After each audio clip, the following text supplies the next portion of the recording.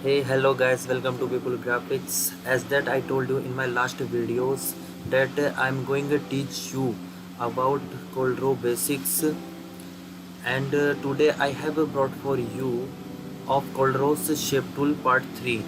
So guys, as always, don't waste out your time. Let's get started. So gas first of all आपको tool bar में जाना है। Tool bar में जाने के बाद आपको यहाँ पिक टूल का ऑप्शन सेलेक्ट हुआ मिलेगा, पर आपको इस पर सिलेक्ट नहीं करना है। आपको जाना है शेप टूल पे, आपको इसे यहाँ से एक्टिवेट कर देना है। एक्टिवेट करने के बाद आपको आपको एक ऑब्जेक्ट क्रिएट करना है, कोई सा भी ऑब्जेक्ट हो। तो गाइस मैंने यहाँ पर एक रेक्टेंगल क्रिएट किया है। तो रेक्टेंगल क्रिएट करने के बाद आपको इसके 4 नोट्स शो होंगे।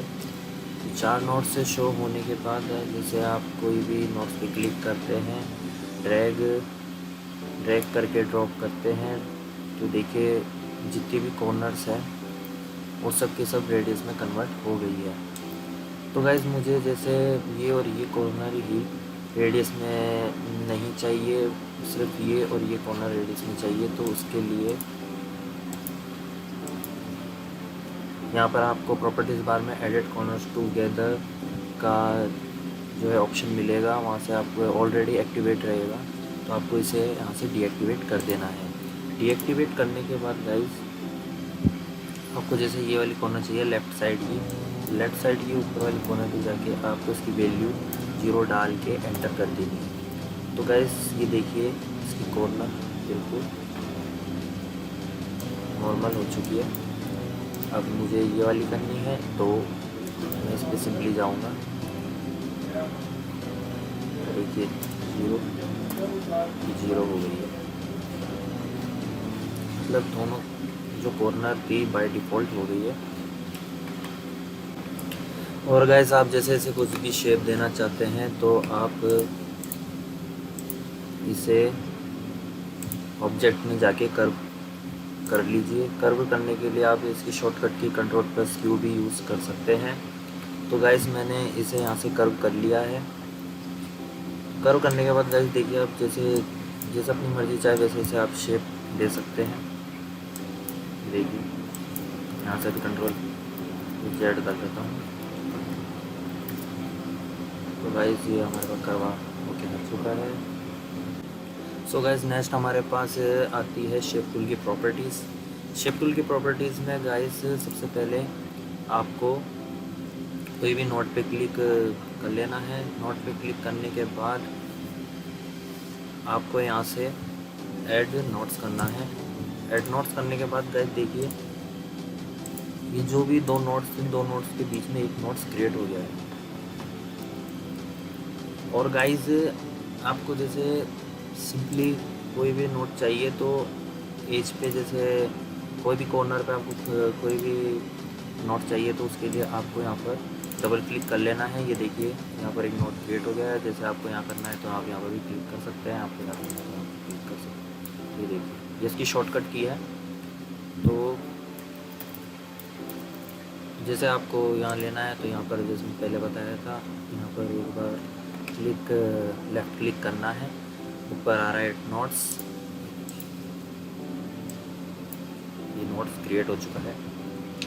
तो गाइस हमें नोट्स क्रिएट करने के बाद नोट्स डिलीट करने हैं। तो डिलीट नोट्स पे इसका नेक्स्ट आता है प्रॉपर्टीज़ में डिलीट नोट्स। ये देखिए ये बाय डिफ़ॉल्ट जैसे था वैसे हो गया है। अब हमारे पास आता है नेक्स्ट ब्रेक कर्व। आप कर्व को ब्रेक करना चाहते हैं तो उससे पहले आपको कोई भी नोट्स पे सिंपली क्लिक कर लेना है। उसके बाद ब्रेक कर्व पे क्लिक करने के बाद ये देखिए दोनों नोट्स से अलग अलग हो चुके हैं। ये दोनों नोट्स अलग अलग हो चुके हैं। अगर आपको इन्हें जॉइन टू कर्व करना है तो ब्रेक कर्व करने के बाद जॉइन टू नोट्स पे क्लिक करना है। ये ऑप्शन ब्रेक करने के बाद ही मिलेगा। आपको सबसे पहले दोनों जो नोट्स है जहाँ से ब्रेक हुए हुए हैं वहाँ से आपको दोनों को सिलेक्ट कर लेना है। और जॉइन टू नोट्स होने के बाद ये देखिए जो हमने ब्रेक किया था वो नॉट से दोबारा से ज्वाइन हो गए हैं। और गाइस हमारे पास आती है शेप टूल की और प्रॉपर्टीज़, जैसे convert to line, convert to curve. अब सबसे पहले मैं इन दो के बारे में आपको बताऊंगा। तो कन्वर्ट टू लाइन गाइस, जैसे अभी मैंने जिस सेंटर में एक नोट्स क्रिएट किया है एक एज पे, ये देखिए। अब ये जो बॉर्डर्स है इसकी बॉर्डर्स बिल्कुल कर्व में है। तो कर्व में मैं इसको स्ट्रेट लाइन में करना चाहता हूँ, तो उसके लिए आपको यहाँ पर नोट पे क्लिक करके कन्वर्ट टू लाइन पे सिंपली क्लिक कर देना है। ये देखिए, ये जो लाइन थी कर्व में थी, अब ये स्ट्रेट हो चुकी है। वैसे ही आप अगर इसको भी स्ट्रेट करना चाहते हैं तो यहाँ से आपको सिंपली नोट पे क्लिक करना है। क्लिक करने के बाद कन्वर्ट टू लाइन पे क्लिक कर देना है। ये देखिए, दोनों तरफ से ही लाइन में कन्वर्ट हो चुकी है। सो गाइस, अब नेक्स्ट है मेरे अपने पास ये लाइन में कन्वर्ट हो चुकी है। अगर हमें इसे कर्व में कन्वर्ट करना है तो कन्वर्ट टू कर्व पे क्लिक कर देंगे। कन्वर्ट टू कर्व पे क्लिक करने के बाद देखिए, इसकी जो शेप थी कर्व में कन्वर्ट होने लग गई है। अभी ये लाइन में कन्वर्ट है, ये देखिए कर्व में नहीं कन्वर्ट नहीं होगी। अगर हम इसे नोट पे क्लिक करने के बाद यहाँ से कन्वर्ट टू कर्व पे क्लिक करेंगे तो कन्वर्ट टू कर्व पे क्लिक हो जाएगी, चेंज हो जाएगी, कन्वर्ट टू कर्व हो जाएगी। ये देखिए, और आपको कन्वर्ट टू कर्व बनने के बाद ये एरो भी देखने को मिलते हैं। आप वैसे भी इसे चेंज कर सकते हैं से चाहे। तो गाइस, ये तो हमारे पास आ जाती है कन्वर्ट टू लाइन और कन्वर्ट टू कर्व, ठीक है। अब नेक्स्ट इसे वापस से कंट्रोल जेड कर लेते हैं बाय डिफ़ॉल्ट। अब नेक्स्ट हमारे पास आते हैं 3 नई properties, curves note, smooth note और आती है सिमेट्रिकल नोट। कर्व्स नोट का यूज़ बेसिकली गाइस देखिए, जैसे ये जो लाइन है ये सिमेट्रिकल है। ये भी जो चेंजेस हो रहे हैं कर्व में ये सब सिमेट्रिकल है। जैसे अपन नीचे खींच रहे तो जितना इफेक्ट नीचे पड़ रहा है उतना ही इफेक्ट ऊपर पड़ रहा है, तो हिसाब से देखिए। तो गाइस, मुझे ये इफेक्ट नहीं चाहिए ऊपर की साइड में, मुझे बस सिर्फ नीचे इफेक्ट चाहिए। तो उसके लिए मैं करूँगा, जिस नोट से मुझे करना है उस नोट पे जाके कर्व्स नोट पे क्लिक करने के बाद ये देखिए, पहले ऊपर प्रभाव पड़ रहा था, जो इफेक्ट ऊपर पड़ रहा था वो नहीं पड़ रहा है, सिर्फ नीचे वाले पे ही पड़ रहा है। और जो ऊपर पड़ेगा वो नीचे वाले पे नहीं पड़ेगा। मैं इसे वापस से बाय डिफ़ॉल्ट कर लेता हूँ।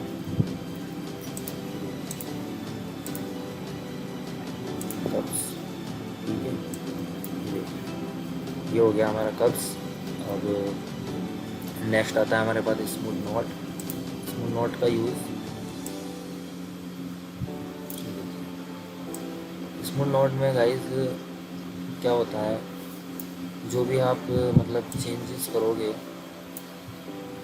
जिस भी डायरेक्शन में लाइन को घुमाओगे उसी डायरेक्शन के साथ साथ ऊपर जो लाइन है कर्व हुई उस पर भी इफेक्ट पड़ेगा। देखिए, आप चाहे इसे छोटा करो चाहे बड़ा करो, लेकिन उस पर कोई फर्क नहीं पड़ेगा। जैसे आप जिस डायरेक्शन घुमाओगे उसी डायरेक्शन में बस उसका ही इफेक्ट ऊपर पड़ेगा।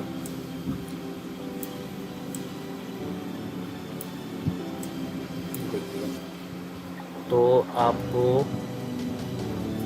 ये नीचे आपको नीचे भी इफेक्ट चाहिए और ऊपर भी इफेक्ट चाहिए, तो उसके लिए आप सिमेट्रिकल नोट का यूज़ करेंगे। सिमेट्रिकल नोट हो गई, उस पर क्लिक करेंगे और सिमेट्रिकल कर देंगे। देखिए, अब जितना आप नीचे करोगे उतना ही आपका इफेक्ट ऊपर पड़ेगा, लाइन का इफेक्ट उतना ही ऊपर पड़ेगा। देखिए,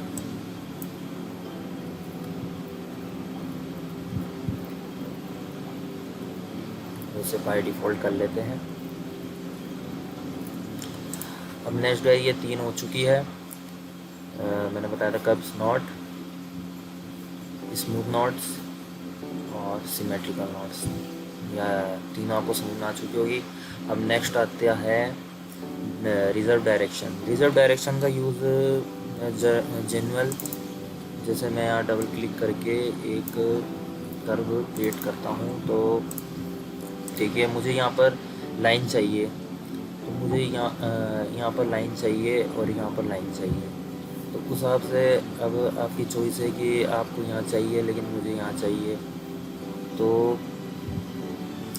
तो आपको जैसे यहाँ चाहिए तो आप इस पर क्लिक करेंगे तो ये लाइन यहाँ आ गई है।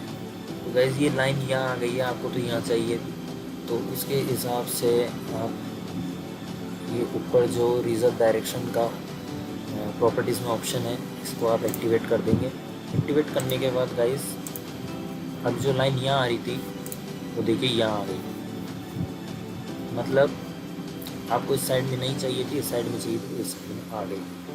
तो रिज़र्व डायरेक्शन का यूज़ इस तरीके से ही यूज़ किया जाता है। और हमारे पास नेक्स्ट आता है एक्सट्रैक्ट सबपाथ। ये देखिए मेरा इसका यूज़ हम बेसिकली जैसे मैं एक स्टार ले लेता हूँ, ये मैंने एक स्टार ले लिया है। स्टार लेने के बाद हम इसमें कलर फिल करते हैं, इसमें रेड कलर फिल करता हूँ, मैं इसमें वाइट। तो ये देखिए अब दोनों को सिलेक्ट कर लेना है और यहाँ से कर देना है हमें ट्रिम करने के बाद ये देखिए ये इसमें बिल्कुल जुड़ चुका है। तो शेप टूल पे जाके आपको इसकी जितनी भी नोट्स है सबको सिलेक्ट कर लेना है। सिलेक्ट करने के बाद यहाँ पर आप ऊपर दिख रहा है एक्सट्रैक्ट सबपाथ, यहाँ से एक्सट्रैक्ट सबपाथ कर दीजिए, एक्सट्रैक्ट हो जाएगा ये स्टार यहाँ से। ये देखिए ये एक्सट्रैक्ट हो चुका है, इसके अंदर था तो ये गाइस ये एक्सट्रैक्ट सबपाथ का यूज़ है। अब अगली प्रॉपर्टीज़ आती है हमारे पास extend curve to close. Extend to curve close का यूज़ जैसे हमारे पास ये दो ब्रेक्स नॉट है, दोनों नोटों को आपस में जोड़ने के लिए एक्सटेंड कर्व टू क्लोज का यूज़ किया जाता है। ये आपस में जुड़ चुकी है। और हम दोबारा से कर्व कर लेते हैं एक बार। तो अगला आता है हमारे पास क्लोज कर्व। क्लोज कर्व का यूज़ जैसे हमने एक नोट पे क्लिक किया, एक नोट पे क्लिक किया, उसके बाद क्लोज कर्व, ये देखिए यहाँ से यहाँ तक इसने जो भी पूरा ऑब्जेक्ट था उसको बंद कर दिया है। तो ये क्लोज टू कर्व का यूज़ है। अब इसे हम डीएक्टिवेट करते हैं तो ये देखिए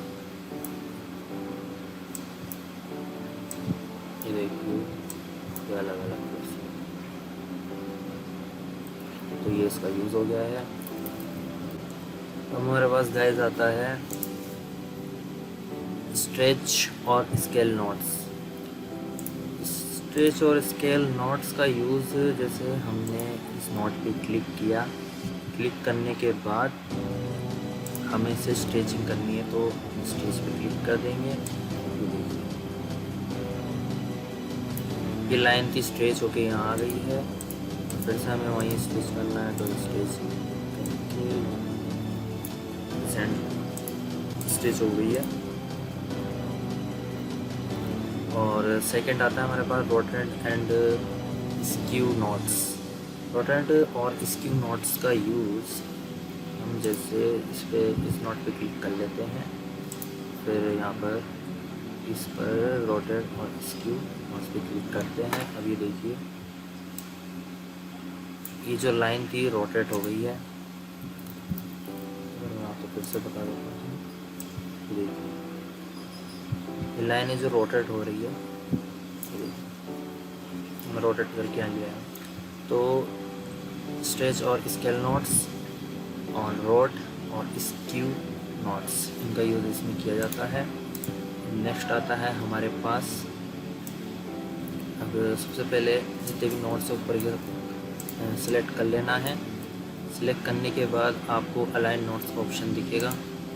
अलाइन नोट्स का यूज़ बेसिकली हम अलाइन हॉरिजॉन्टल जितने भी नोट्स है उनको हॉरिजॉन्टल करने के लिए और वर्टिकल करने के लिए लाइन में यूज़ करते हैं। जैसे अब मैं हॉरिजॉन्टल करना चाहता हूँ तो उसके लिए देखना सभी जितने भी नोट्स है एक लाइन में आएंगे।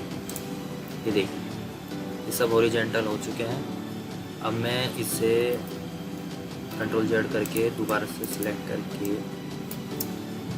अब मैं इसे लाइन वर्टिकल करना चाहता हूँ, यानी खड़े में करना चाहता हूँ। तो ये देखिए जितने भी नोट्स थे खड़े में आ गए।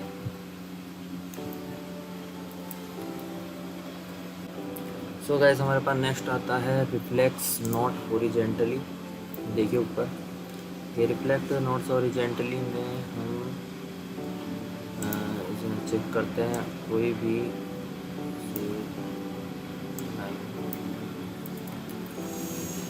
तो थोड़ा छोटा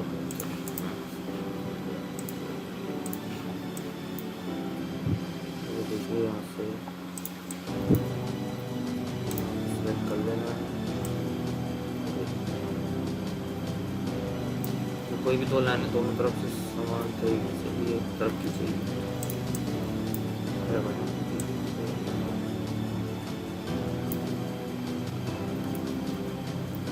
और अगला आता है हमारे पास रिफ्लेक्ट नोट्स वर्टिकली।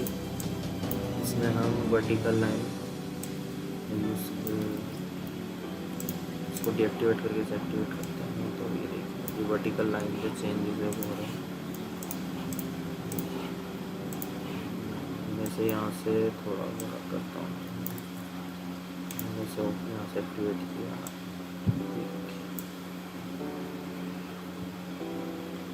ये हम रिफ्लेक्ट नोट्स वर्टिकली का यूज़ करते हैं। दोनों नोट्स को सिलेक्ट करके हम इसका यूज़ करते हैं। यहाँ से डीएक्टिवेट कर देते हैं। सो गाइस अगला आता है हमारे पास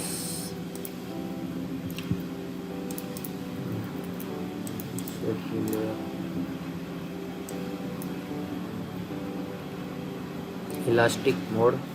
इलास्टिक मोड में हम देखिए मतलब कोई भी शेप है तो उसकी थोड़ी फ्लेक्सिबिलिटी आ जाती है।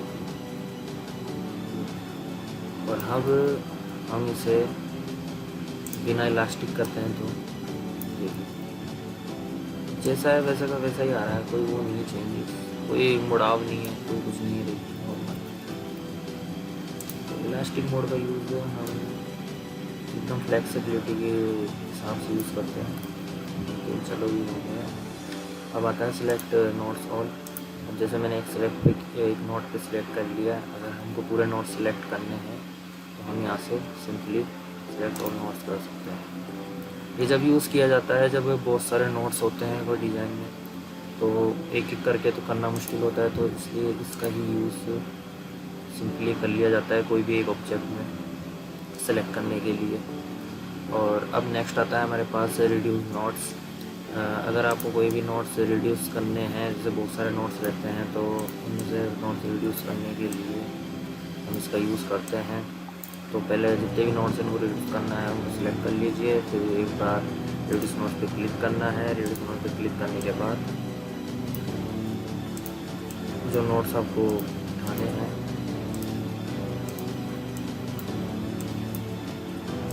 इस पर वर्क नहीं कर रहा है, देखिए लाइन लेते हैं।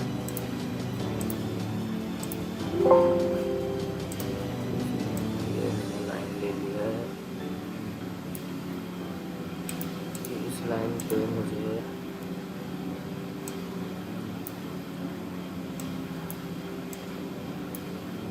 कई सारे नोट्स दिख रहे हैं, तो मैं इन नोट्स को डिलीट करना चाहता हूँ। तो उसके लिए मुझे शिफ्ट टूल जाके किसी भी ऑब्जेक्ट के जैसे हमें डिलीट करना है वहाँ से सिलेक्ट करना है। सिलेक्ट ऑल नोट्स और रिड्यूस नोट्स पे क्लिक करने के बाद आप यहाँ से तो 0 है, वहाँ पे जाना है। देखिए जो नोट से डिलीट हो गए हैं, आपको और करने हैं तो ये देखिए।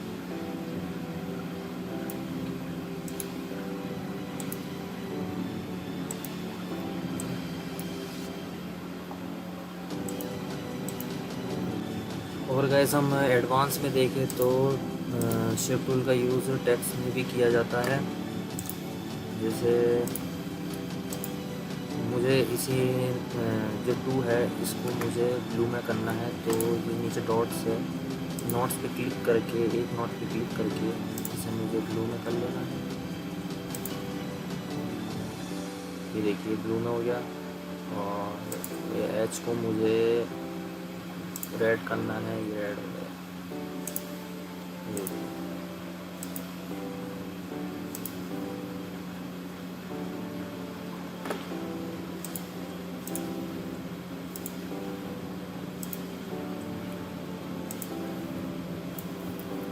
तो होगा ये हमारे रास्ते।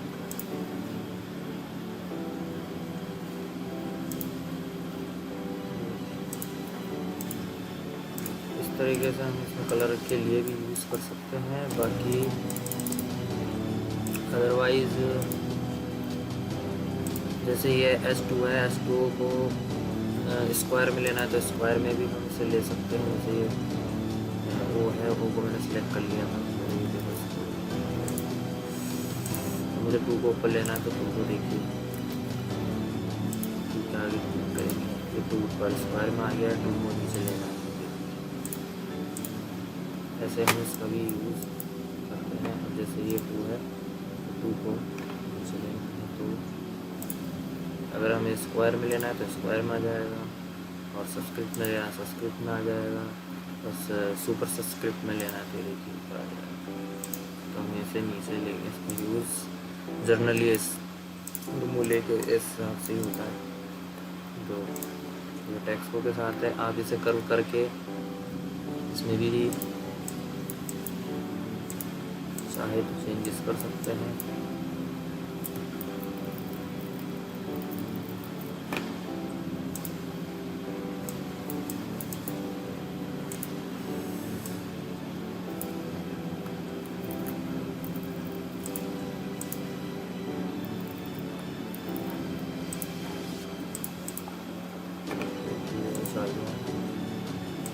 कर्व हो चुका है। कर्व होने के बाद देखिए, क्योंकि आप कुछ अगर टेक्स्ट में बदलाना चाह रहे हैं तो चेंजेस ला सकते हैं। सो गाइस, ये हो गया इसका पूरा कंप्लीट ट्यूटोरियल।